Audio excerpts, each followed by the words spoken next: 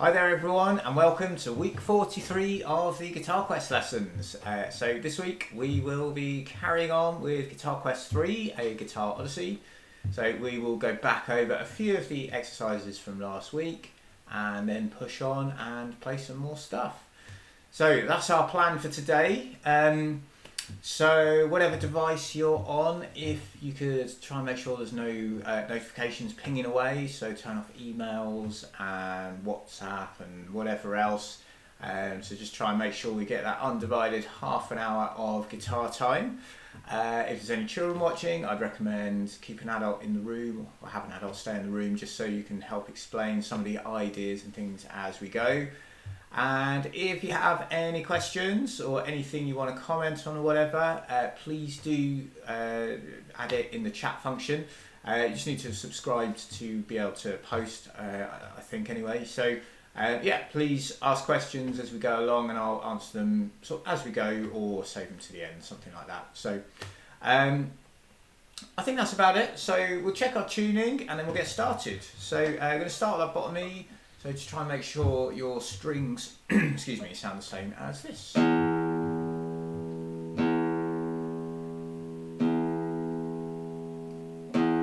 that's our bottom E. So as we've done many times before now, just try and adjust this peg a little bit until it sounds the same. Okay, then we go on to A.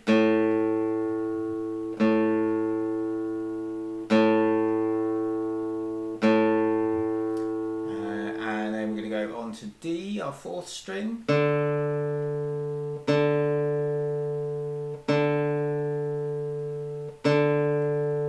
then we're going to go to G, the third string,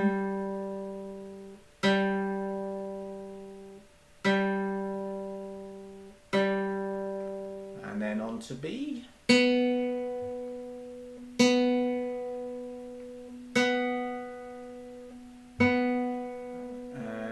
Finally our top E string.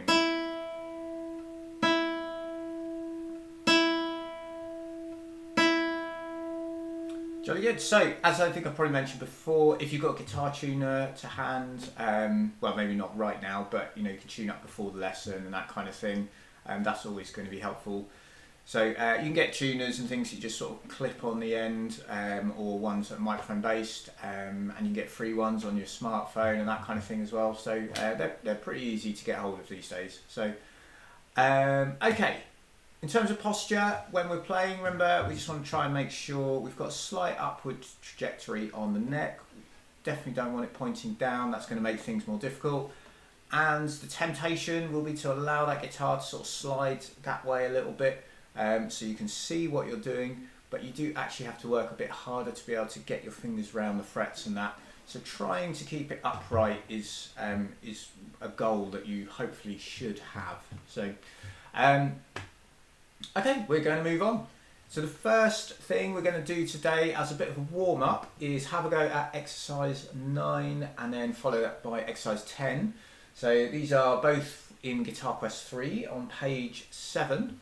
They are both ways of playing the F major scale. So the first one goes from the F on the 4th string up to F on the 1st string, and then the second one, exercise 10, goes from F on the 6th string up to F on the 4th string. So after 4 everybody, then we're going to try exercise 9. Okay, so starting on the F, 4th string 3rd fret. Remember we've got B flat, that's our 3rd string 3rd fret, and no open B. That's the easy mistake to make on this one. So here we go. After 4 on that F, here we go. 1, 2, 3, 4. I'm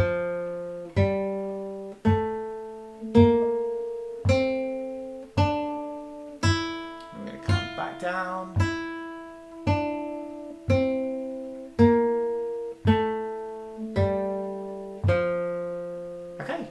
Hopefully that's all gone fine and sort of makes sense. A couple of other things to think about when you're playing it is try and keep one finger per fret on the left hand.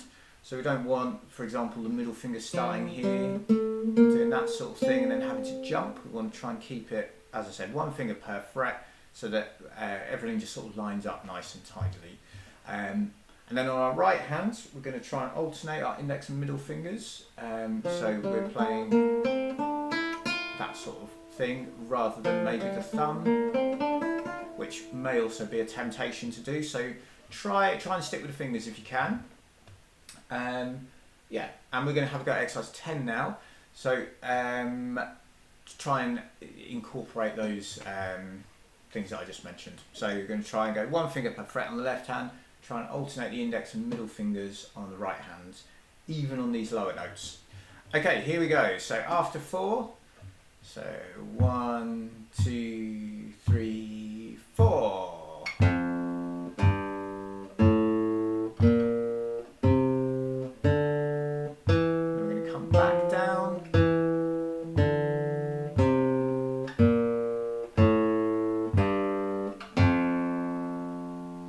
Okay, good. So that's exercise 10. So give yourself a pat on the back if that went well.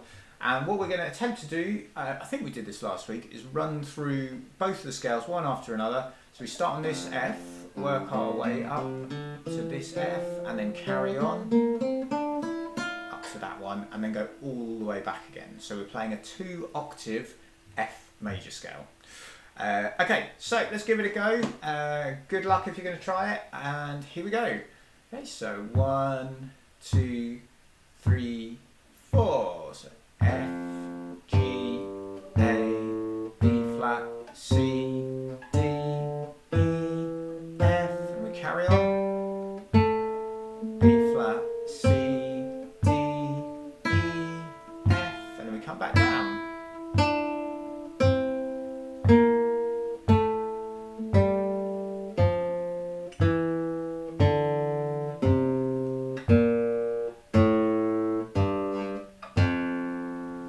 So, hopefully that went well.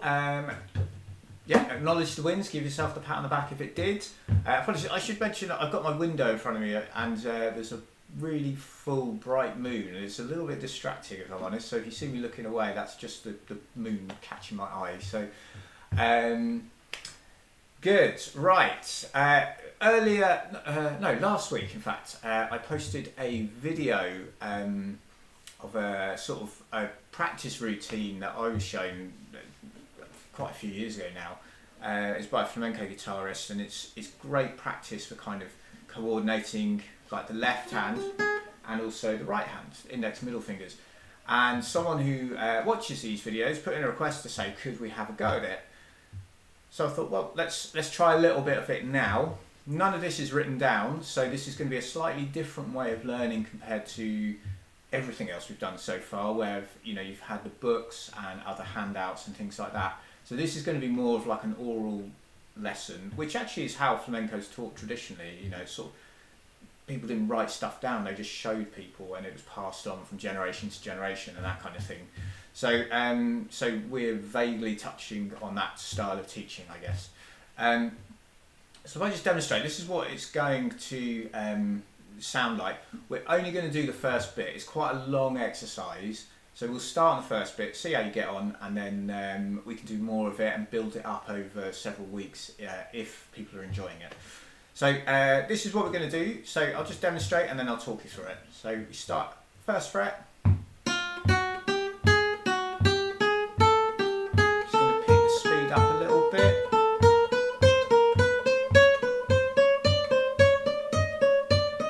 That 12th fret and then come back down.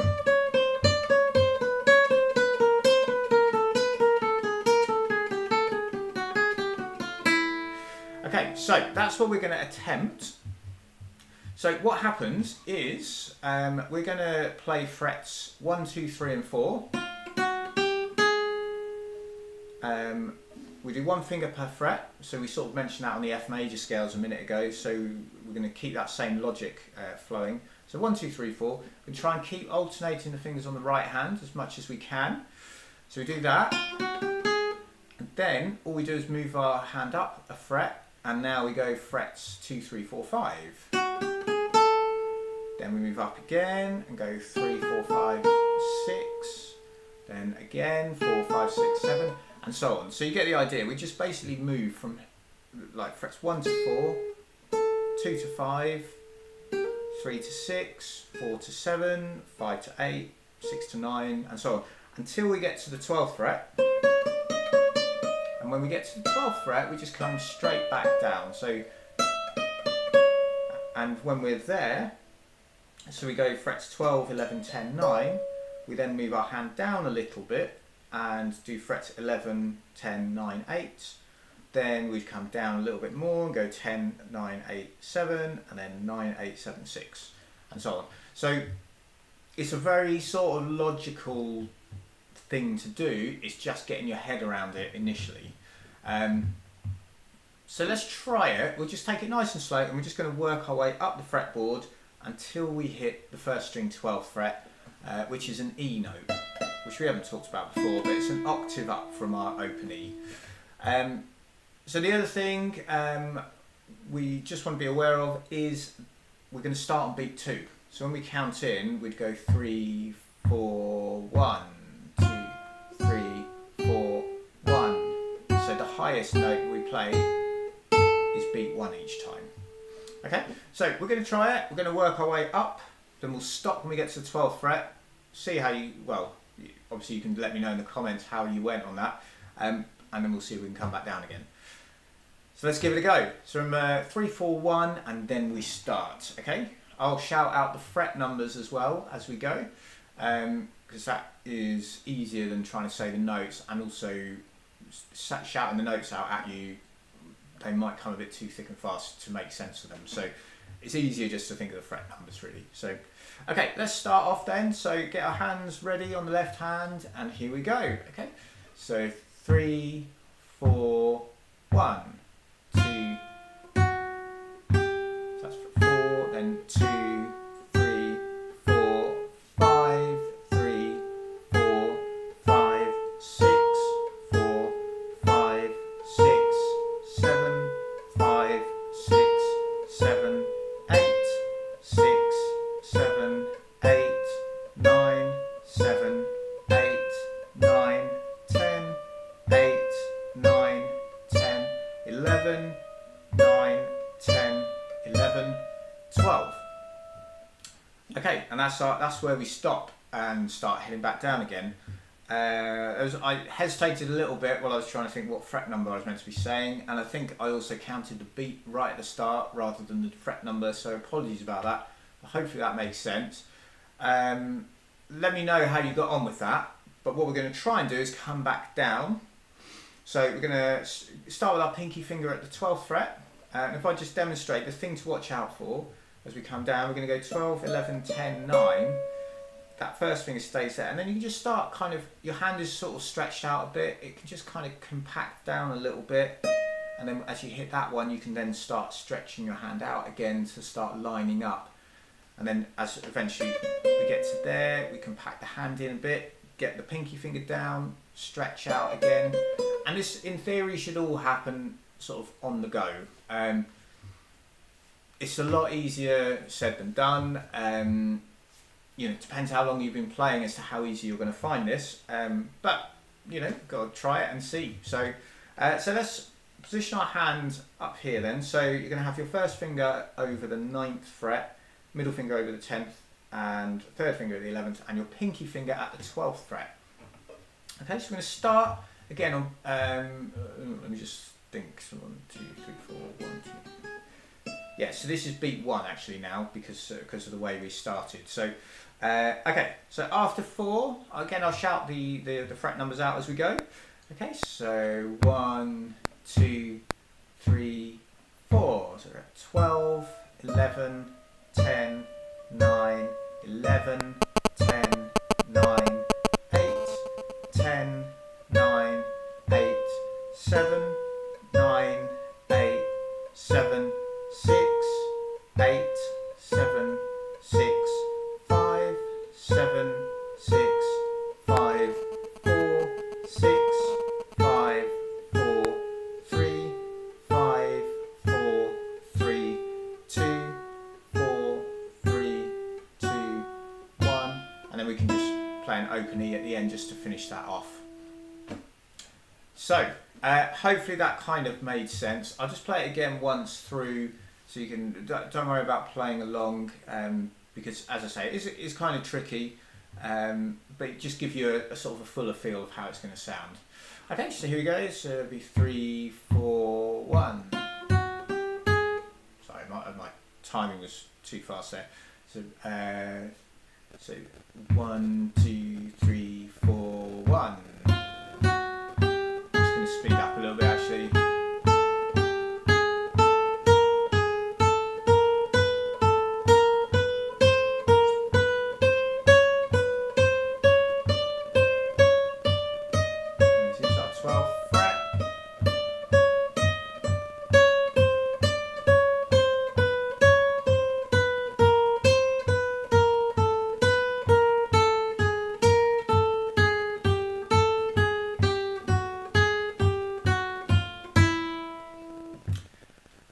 Okay, that's it. So that is as far as we're going to go. As I said, it does go on quite a bit, and it's a fantastic practice routine, a really good warm up as well. But in its entirety, it is quite extensive. So yeah, let me know how you get on. Question that's just come through: what do you do with the thumb on the right hand? I would rest it on the 6th string. So it gives you like a sort of a reference point and an anchor point, and then as you're playing, it gives you just a point of reference that hopefully makes it easier for your fingers to know where they should be. But as we progress on, as we start zigzagging across the strings, then that might move a little bit. And just to clarify, left hand. Okay, so your thumb on the left hand. Because we're always stretching across 4 frets, you want your thumb to be kind of in the sort of halfway between your index finger and your pinky finger. So for me, it's sort of behind, when I start anyway, it's behind fret 2, 3, that kind of area. And then as we move up, it just kind of comes with it. So you don't want your thumb over the top necessarily, because that's going to be putting more pressure on the fingers. You want to have your fingers kind of nice and round so that you can kind of move up and down sort of comfortably, hopefully. So do you grab the neck? Do you grab the neck with the thumbs? Another question. So no, it's really, if I just move around a little bit, I don't know if you can see this, if I'm here, come back. Okay, so if I was playing it, see the thumb is just kind of sliding as I move my hand up the fretboard.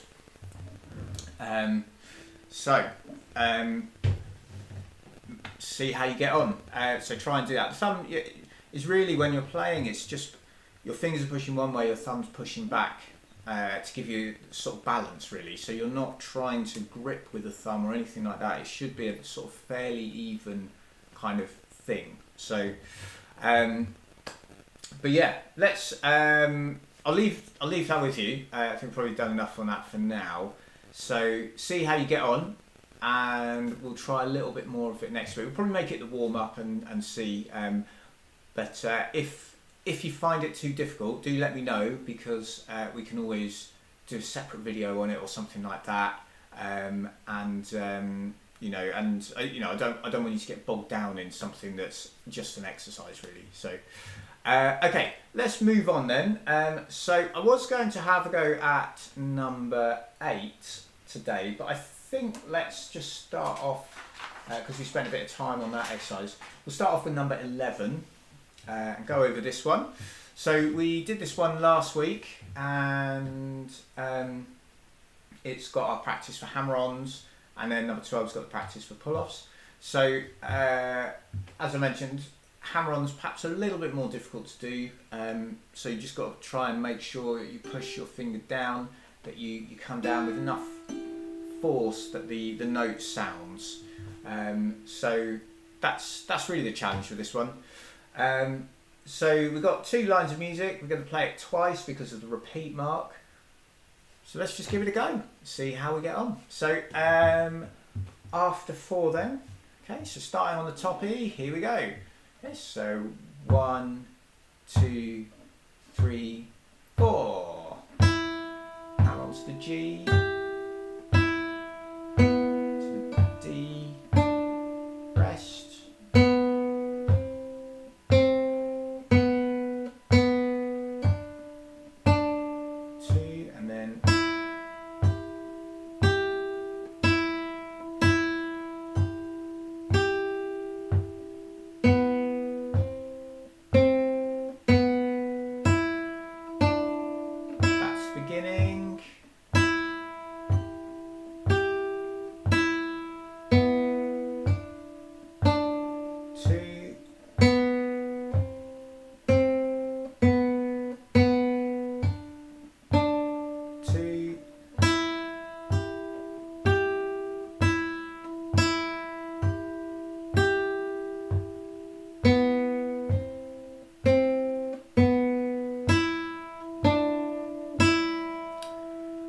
Okay, so that's number 11.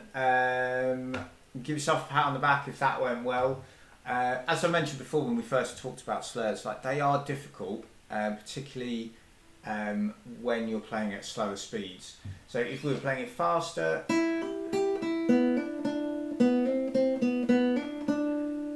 the hammer-ons do sound cleaner, and with you've got better volume out of them and things like that.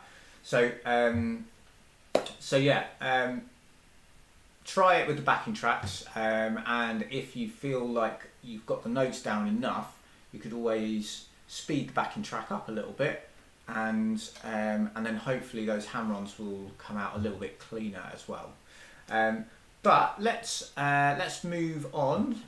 We just had a comment say also with metal strings it sounds better. So yeah, if you've got a steel strung guitar, you get naturally a bit more volume out of it. At least I think. I don't know. Yeah, I don't know.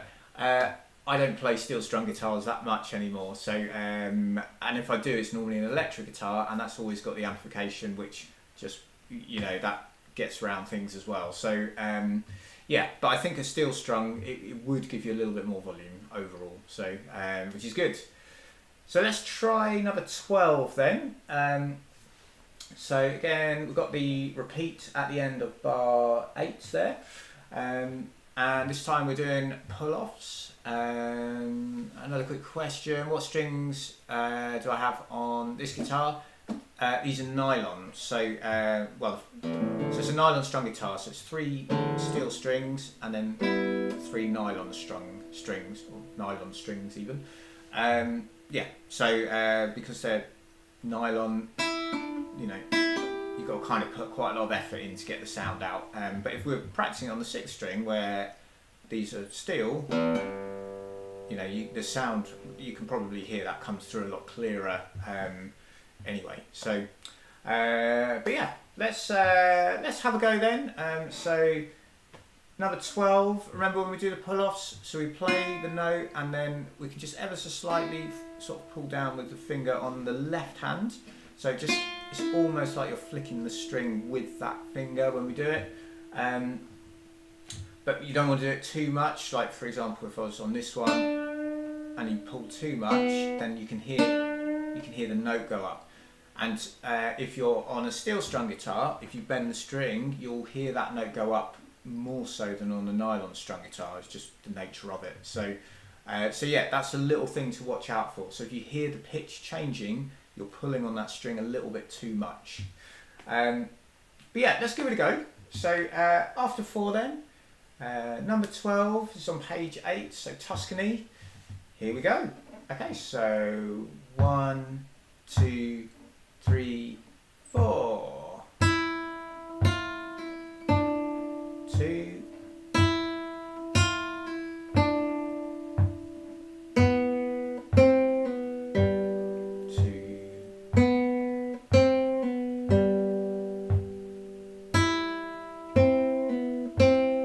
2. Last line.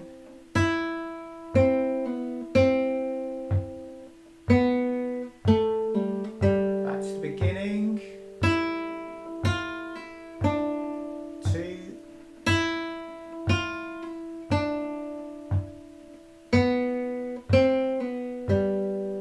Second line.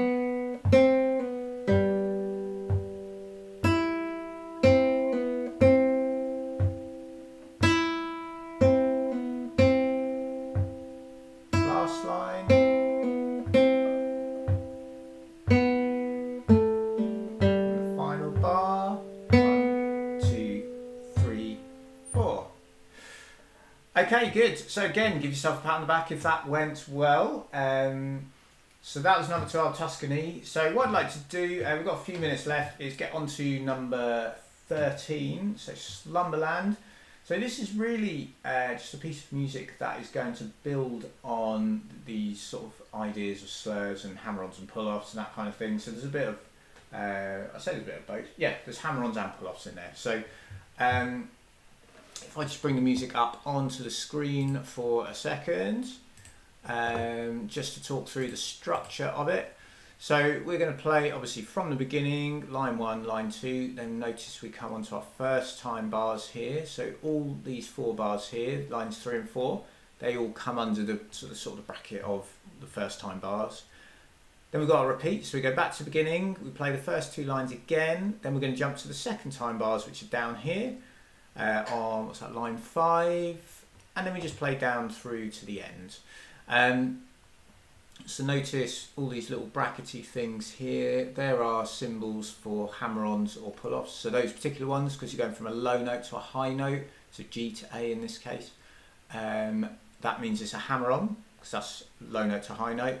When it's a high note to a lower note, like here, F to E, that means it's going to be a pull-off. So that's how we differentiate, is whether the note is higher or lower. And just watch out as well, our key signature, we've got an F sharp to think about too. There's a few dynamics in there, so you're very welcome to try and add those in. However, I would really just, as I always suggest, like just focus on getting the notes to begin with. Hopefully get some of the timing down. When you're practicing, you can then work on the timing, and then when you feel like you've got the notes and the timing in place, then try and add in some of the dynamics. So I will probably ignore the dynamics as well, because I don't know how well they'll come across via the microphone. So we'll just keep it all at a steady volume for now. So I'll play it to you. If you want to try and join in, you're very welcome to. So starting at the beginning, after 4, just looking at the notes, I don't think there's anything in here that's like going to be anything new or anything that's going to sort of throw you. However, there are hammer-on and pull-offs, and so that technique is obviously what we're kind of building on. So that's probably going to be the bit that you might find tricky. But let's give it a go. Let me know what you think in a minute. Okay, here we go. So 1, 2, 3, 4. So actually, I'm just going to interrupt myself there. So when you, I should have mentioned in the first bar, we're going to do the hammer-on G to A with the open to middle finger at the 2nd fret. Then we do B to D, and that's going to be the 3rd finger, and then we're going to use the pinky finger to get the G, 1st string, 3rd fret, so that those two can sort of ring into each other a little bit. If you jump across with the 3rd finger, you'll get that little sort of break in the sound, you know, between playing the D and the G, and we don't really want that. We want to try and have these notes ring into each other a little bit more than that. So that's why it's saying to use the pinky finger there. So I think that was the only thing. So apologies, I should have mentioned that before we got started. But let's try again now. So after 4, from the beginning, here we go. Okay, so 3, 4. Rest. Rest. Pinky finger again there. 3rd line. So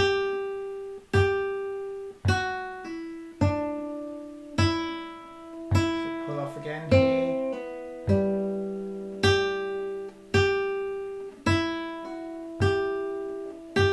We're going to reach up to the 5th fret.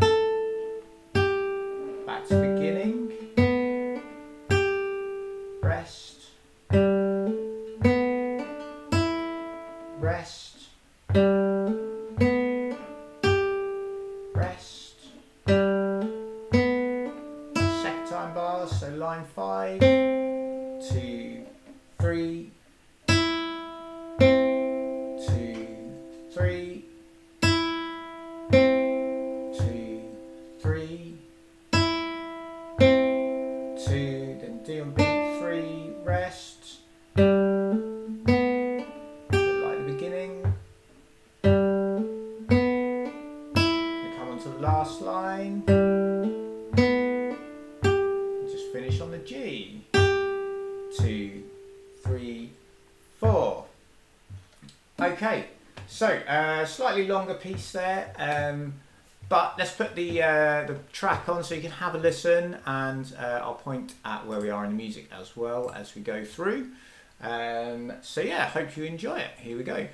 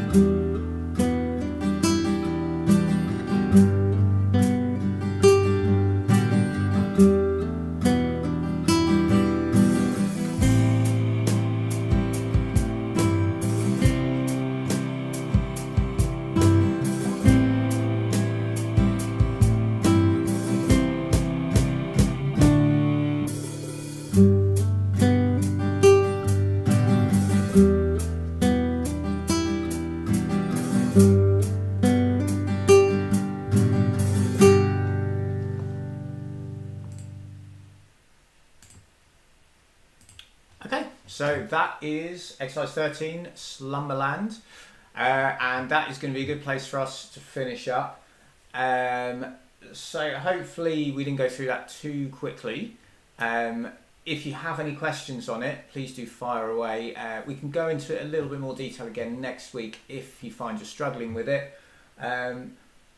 Hopefully you'll be okay with it. Again, there's nothing particularly new in there. It's just developing the hammer-ons and pull-offs and that kind of idea.